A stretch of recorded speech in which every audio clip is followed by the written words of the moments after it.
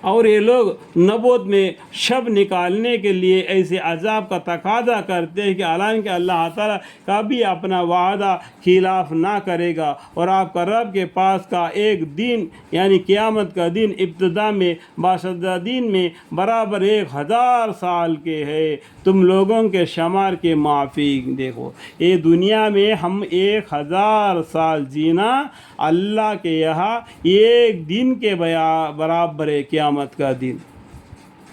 سمجھ میں آیا بات؟ دنیا میں 1000 جینا اللہ کے یہاں قیامت کے دن کا ابتدا میں ایک دن کے برابر ہے۔ آپ سوچو کتنا زندگی ہم نے دنیا میں جیا، اس 1000 سال کے اندر میں کتنا حصہ آئیں گے، کتنا منٹیں آئیں گے، کتنے گھنٹے آئیں گے۔ یا کیا خوب ہوتا اگر یہ 2-4 گھنٹے اللہ کے راستے میں گزار دے تو بیڑا پار ہو جائے گا۔ سمجھنے کی بات ہے، تھوڑا سا دماغ لگانا۔ یعنی قیامت کا دن کا ابتدا میں باشداد میں برابر 1000 سال کے ہے تم لوگوں کے شمار کے موافق، اور بہت سے بستیاں ہیں جن کو ہم نے یعنی اللہ تعالیٰ نے ان کے طرح مہلت دی تھی، یعنی ان کو بھی طرح مہلت دی پھر بھی نہیں مانا تو اور وہ انہی کی طرح نافرمانی کرتے تھے، پھر میں نے یعنی اللہ تعالیٰ نے ان کو پکڑ لیا اور سب کو میری ہی طرف لوٹنا ہوگا۔ دیکھو میری مطلب کیا ہے یہاں پر؟ میری جب آپ اردو پڑھیں گے نا تو ہر بات کے معنی آگے پیچھے حرفوں کو پڑھنے سے آپ کو معلوم پڑ جائے گا، ٹھیک ہے؟ جو کافر لوگ ہوتا ہے نا قرآن کے معنی کو پکڑ لیتے ہیں، کوئی ایک حرف سمجھ لو کہ نماز نہیں پڑھنا، تو یہ بولتے ہیں کہ تمہارا قرآن کے اندر میں نماز نہیں پڑھنا کر کے لکھا ہوا ہے، کر کے مسلمانوں سے وہ جھگڑا کرتے ہیں۔ آج مسلمان بھائیوں کو اس کا جواب دینے کے لیے کیا ضروری ہے؟ علم کی ضروری ہے۔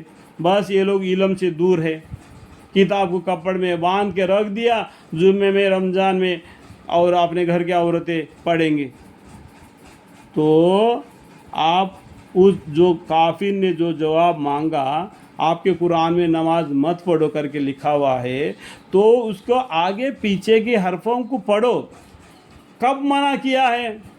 جب کہ تم پیشاب سے پاک نہیں، عورت سے مل کر آ گیا ہے، شراب پی ہے، اس وقت تم کو نماز جائز نہیں، جب تک کہ تم زبان سے کیا بولتے ہو تم کو خود کو سمجھ میں آنا چاہیے۔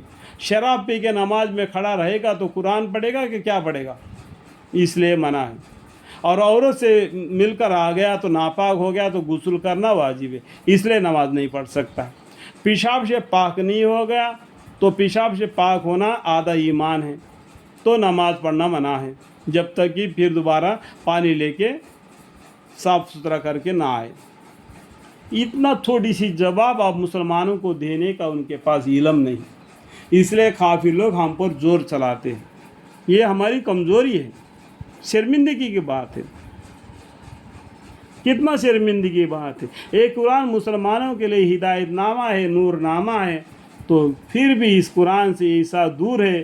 کہنے میں یہ کہنا میں نہیں سمجھتا ہوں، لیکن پھر بھی میں آپ کو سمجھانا چاہتا ہوں کہ موسیٰ علیہ السلام کے اوپر توریات نازل ہو گئی تھی۔